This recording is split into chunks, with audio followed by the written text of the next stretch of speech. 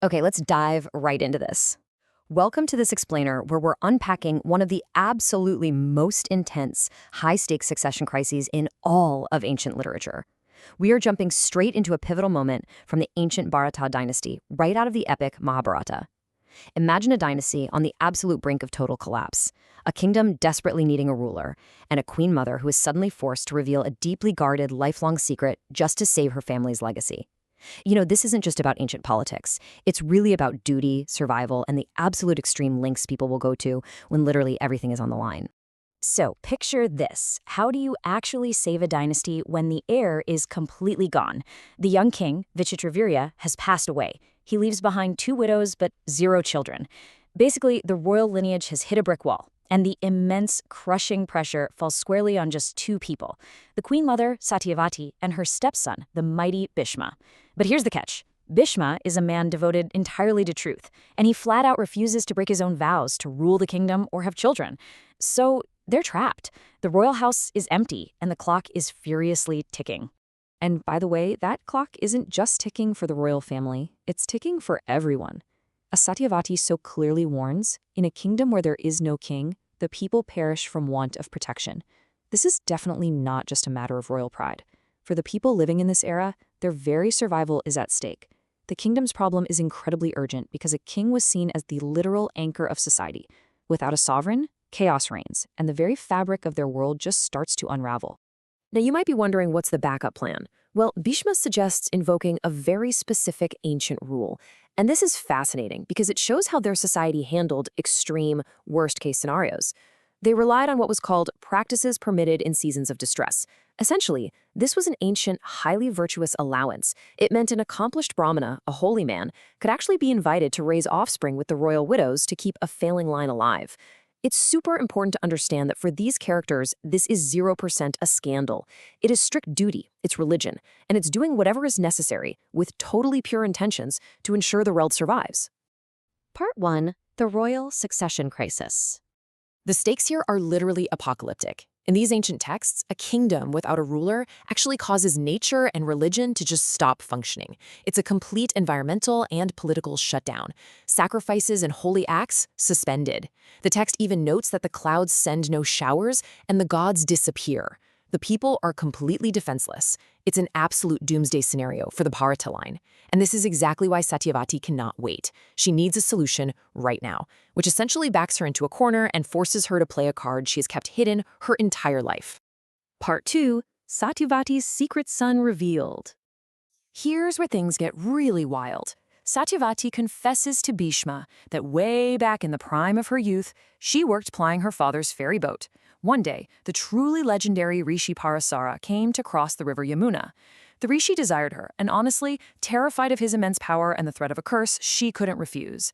But the Rishi did something incredible. He created this massive, thick fog to completely hide the region, and he granted her these unbelievable boons.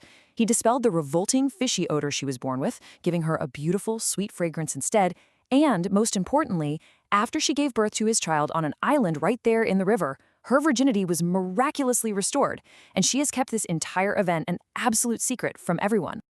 But this kid, he wasn't just anyone. This secret son grew up to be a total heavyweight of holy status. He's known as Dwapayana, which literally means the island-born. He's also called Vyasa because he used his vast ascetic power to divide the sacred Vedas into 4 parts. And he's called Krishna due to his dark color. I mean, look at this resume. He is entirely truthful in speech, totally free from passion, and a mighty ascetic who has basically burned away all his sins. He went away with his father right after he was born, leaving his mother behind. But right before he left, he gave his mom this incredible ironclad promise. "Mother, think of me when thou art in difficulty." That single sentence, that is the exact loophole Satyavati needs right now. Think about it. She has an accomplished, spiritually incredibly powerful son who is completely unbound by the toxic politics of the kingdom, yet he's completely bound by duty to his mother.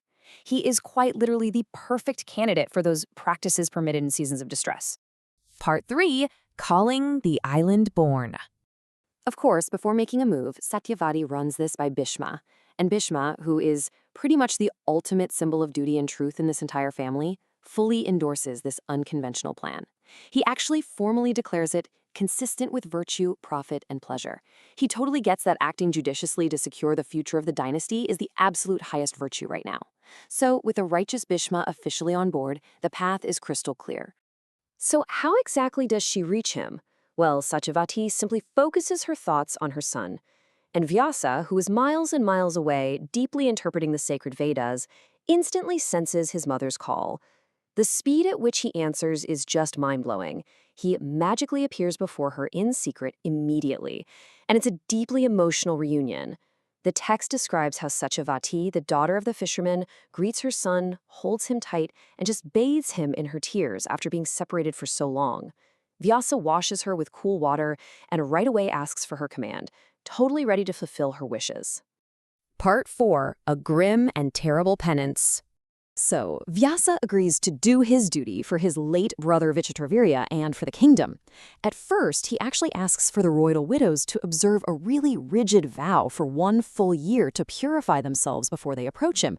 But remember the stakes. The kingdom is literally perishing. Satyavati tells him, look, we cannot wait a year, the ladies have to conceive immediately. To this, Vyasa sets a pretty shocking condition. He says, if I am to give unto my brother children so unseasonably, then let the ladies bear my ugliness. Because there's zero time for preparation or purification rituals, the women are going to accept this mighty aesthetic exactly as he is in that very raw moment. Now, what's really interesting about this is the completely shocking contrast. On one side, you have the widowed princesses of Kosala, endued with youth and great beauty, clad in flawlessly clean attire and covered in royal ornaments. On the flip side, you have Vyasa the ascetic.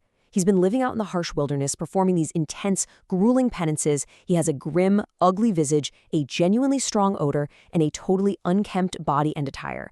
Vyasa flat out states that just bearing his appearance is going to be in itself the austerest of penances for these princesses. So Vyasa heads to the bedchamber to wait, and Satyavati is left with the hardest job yet. She has to use all of her clout as the queen mother to convince her grieving, beautiful daughter-in-law that this utterly horrific ordeal is absolutely necessary. She goes to the princess in private and essentially begs her to endure this grim encounter. She frames it as a deeply virtuous duty to restore the extinct paternal line and to bring forth a child who can actually bear the massive, onerous burden of their hereditary kingdom. And that leaves us with just a massive cliffhanger.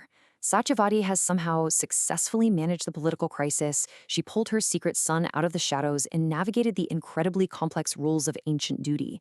But right now, it all comes down to a very vulnerable human moment. Will the Princess of Kosala sacrifice her comfort, swallow her fear, and endure this grim, frightening ascetic to ensure the survival of the Bharata line? It's a really profound question about duty versus deep personal suffering. It really makes you wonder, doesn't it? What would you be willing to sacrifice for the sake of your family's legacy and the greater good?